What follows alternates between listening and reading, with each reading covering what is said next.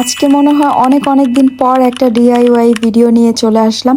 অনেক দিন ধরে নিজের ইচ্ছা অনুযায়ী কিছু বানাই না।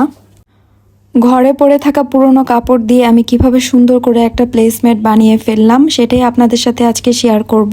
Hello everyone, welcome back to my page. কেমন আছেন সবাই? আশা করব সবাই অনেক ভালো আছেন। আলহামদুলিল্লাহ, আমরাও ভালো আছি। সকাল সকাল আজকে নিজের ইচ্ছা অনুযায়ী একটা কাজ করতে বসে গেলাম।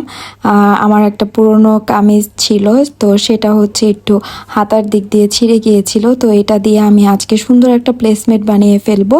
আর এইটার কালার হচ্ছে ম্যাজেন্ডা কালার, বাট ক্যামেরাতে কেন রেড দেখা যাচ্ছে আমি জানি না।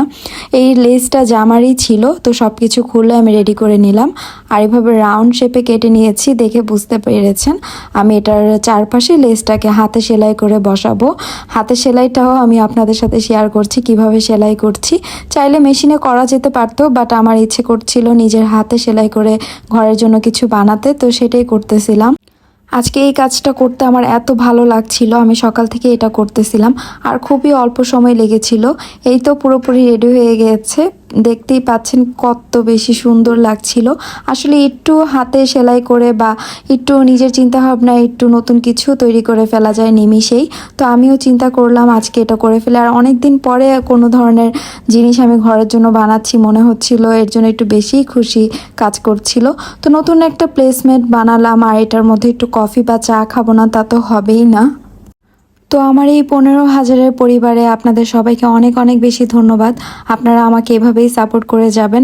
আমার পেজটা যদিও পুরনো, বাট আমি এটাতে ইদানিং রেগুলার হয়েছি।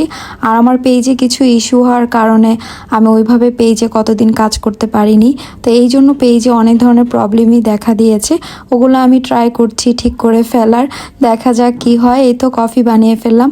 আর আজকের কফিতে আমি একটু চিনি দিয়েছি, কারণ অনেক দিন ধরে আমি চিনি ছাড়া কফি খাচ্ছি। আজকে খুব ইচ্ছে করছিল নিজেকে একটু ট্রিট দিতে, তো নিজের জন্য সুন্দর কাপে সুন্দর একটা কফি বানিয়ে নিলাম। নিয়ে ছাদে চলে এসেছি সুন্দর কিছু পিকচার্স আর সুন্দর কিছু ভিডিও করার জন্য।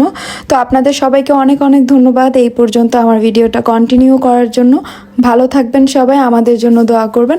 আল্লাহ হাফেজ। আর হ্যাঁ, আপনাদের কাছে আমার এই প্লেসমেন্টটা কেমন লেগেছে আমাকে কিন্তু জানাবেন। আল্লাহ হাফেজ।